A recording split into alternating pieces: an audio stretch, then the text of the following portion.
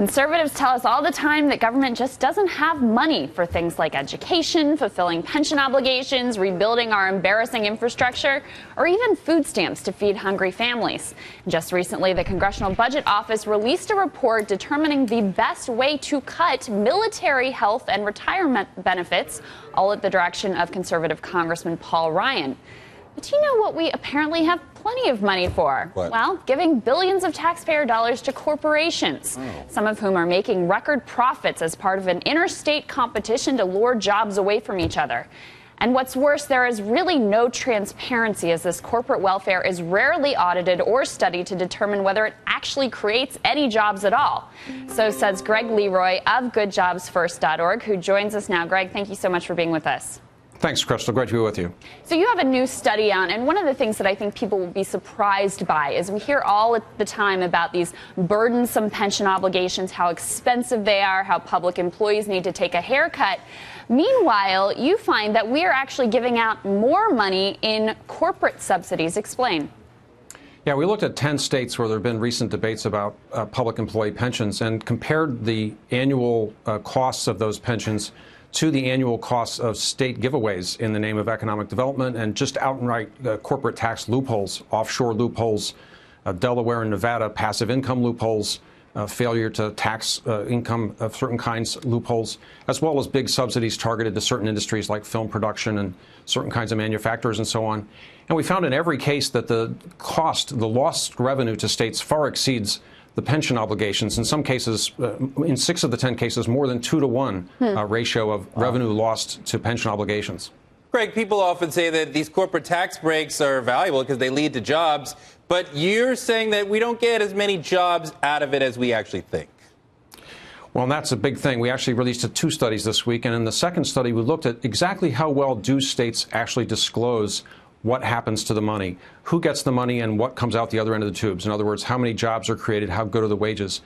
And we found that of the major state incentive programs we looked at, only 1 in 4 even tells taxpayers how many jobs actually got created. And only 1 in 11 of the programs tells you about wages actually paid. So taxpayers can't even begin to do a cost-benefit analysis on even the most crude level for 3/4 of major incentive programs in this country. Well, and let's talk about states competing against each other to try to make their state the most attractive to bring jobs over. My dad, as governor of Utah, that was a big priority of his. And you make the argument that it's actually a zero-sum game nationally. And you look at a state like Texas that has reaped from these rewards. Look at more than 1.75 million new net jobs from 2003 to 2013. To put that just in perspective, the United States as a whole accounted for 5.3 million net new jobs. Obviously, Texas is doing very well, and I would argue any government, even every governor, including yourself, if you were one, would do that very thing. So what is the alternative to that? Well, actually, you really got my blood pressure up now. We did another study about a year ago called the Job Creation Shell Game, where we looked at Texas. We also looked at states like Missouri and Kansas, where in the Kansas City metropolitan area, those 2 states in recent years have spent more than $250 million just paying companies to move very short distances across the state lines, not creating any new jobs, just creating different commuting patterns for the workforces that already live in the Kansas City metropolitan area. You know, Texas, like every other state, every year gains the vast majority of its new jobs through the growth of existing firms and startups. Everybody who's looked at this, and there are data sets that give you extremely detailed analyses, from the left and the right who have looked at this, conclude that governors should tune out pirating jobs from other states because that's not where the job creation is. It's all about startups and expansions. Well, and Greg, the other piece of this that strikes me is if these large corporations are getting massive incentives to locate in a town or in a state, that really disadvantages the smaller operations, the more mom and pop, the startups that you're mentioning. It really creates an unlevel playing field. It's absolutely true. In fact, we've got some data coming out later this month that will begin to get at that issue. But there are certainly unpublished studies, and we've covered journalistic studies that have been done in the past, making this very clear that small businesses, even though they create the most jobs and are least likely to run away, really get the short end of the stick in terms of both deals and dollars.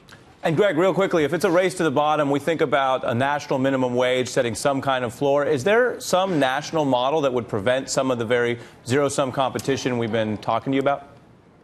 You know, we think that the model that the federal government used to encourage the states to raise the drinking age to 21 by using the leverage of federal highway funds would be a good model. You could hold back a little bit of HUD block grant monies to get states to certify that they would no longer actively pirate, actively recruit and solicit, and also that they would improve their disclosure and tell taxpayers about jobs and wages Greg, now actually created. You have my blood running now that you're talking about withholding some HUD money to get some standards. All right, Greg, LeRoy, really great stuff, fascinating data. Thank you so much for joining us.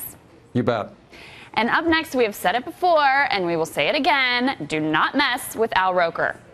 I do have a little skin in the game in calling out the mayor of New York City. I got a kid in public school, Right. So, come on, Mr. Mayor, shut it down.